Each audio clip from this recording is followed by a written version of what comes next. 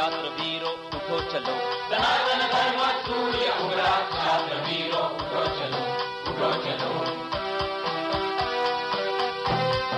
कलयुग के इस कलयुग का है अंत निकट आया, संधि काल इन युगों युगों का अब समीप आया, साधना के महापर्व को साथ है लाया, सनातन धर्म सूर्य उभरा, क्षात्र वीरो उठो चलो, सनातन धर्म सूर्य उगरा, छात्र वीरो उठो चलो, उठो चलो।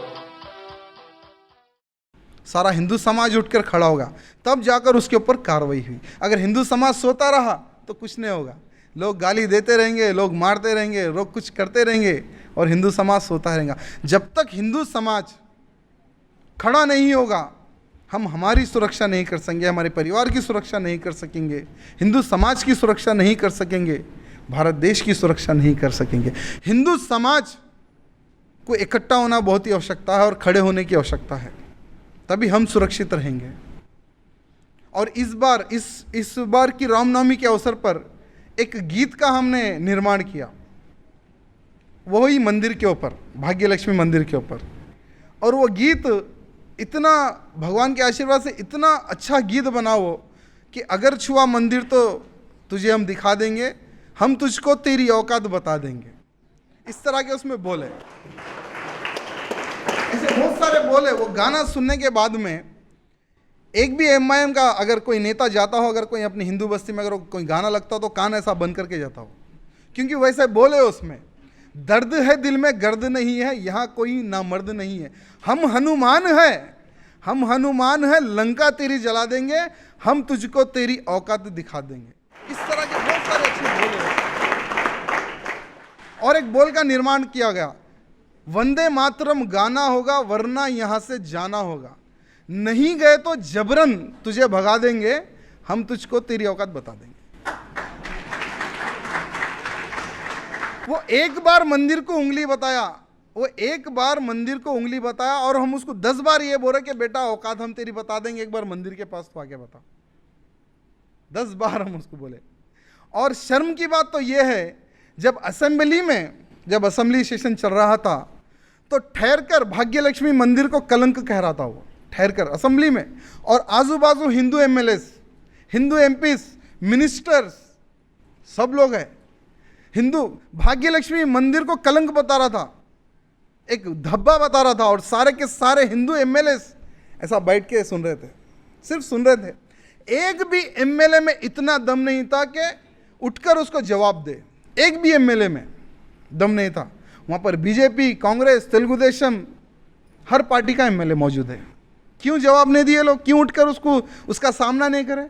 क्योंकि जितने भी हमारे आज के नेताएं हैं वो नपुंसक नेता है, नपुंसक।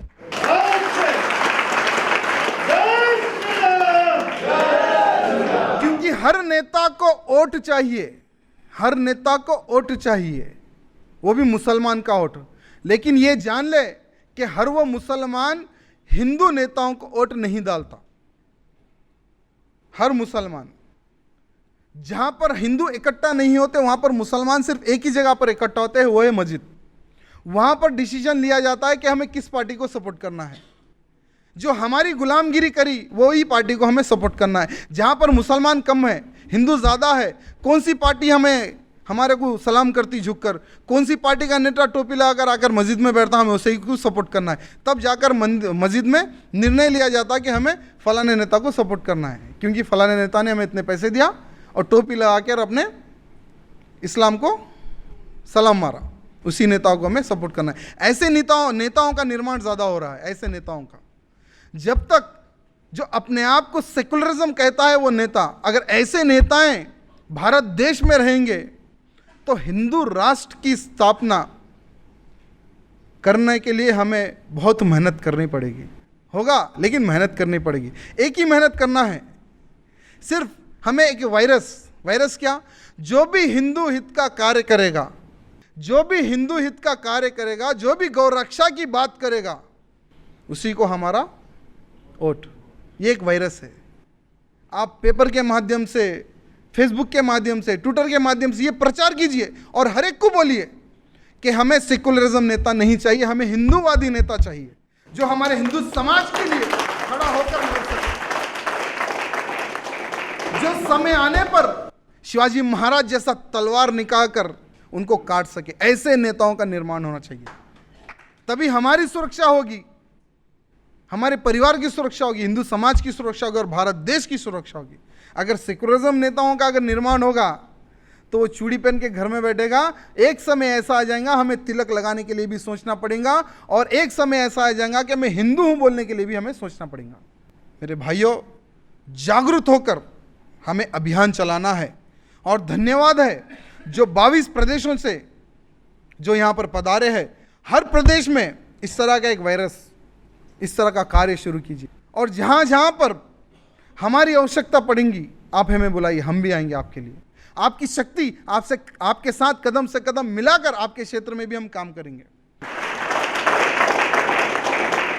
क्योंकि हमारा जीवन जो है हिंदू समाज के लिए समर्पित है। बहुत जी लिए, बहुत दुनिया देख लिए, हमें गर्व करना है जो हम हिंदू समाज में पैदा हुए, हमें गर्व करना है।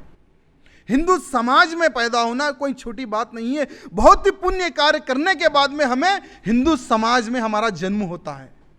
सो हम हिंदू समाज में जन्म होने के बाद में हम क्या कर रहे हैं? हमारा परिवार, हमें पैसा कमाना है, हमें खुशी रहना है, नहीं, ये जीवन नहीं है। पहला हमारा कर्तव्य है हमारे हिंदू समाज की रक्षा करना, हमारे परिवार की रक्षा करना, हमारे भारत देश की रक्षा करना।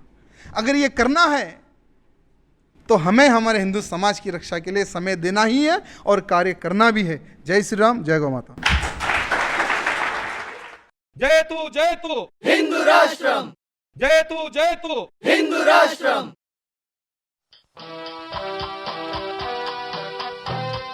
सनातन धर्म सूर्य उभरा, क्षात्र वीरो उठो चलो। सनातन धर्म सूर्य उभरा, छात्र वीरों उठो चलो, उठो चलो।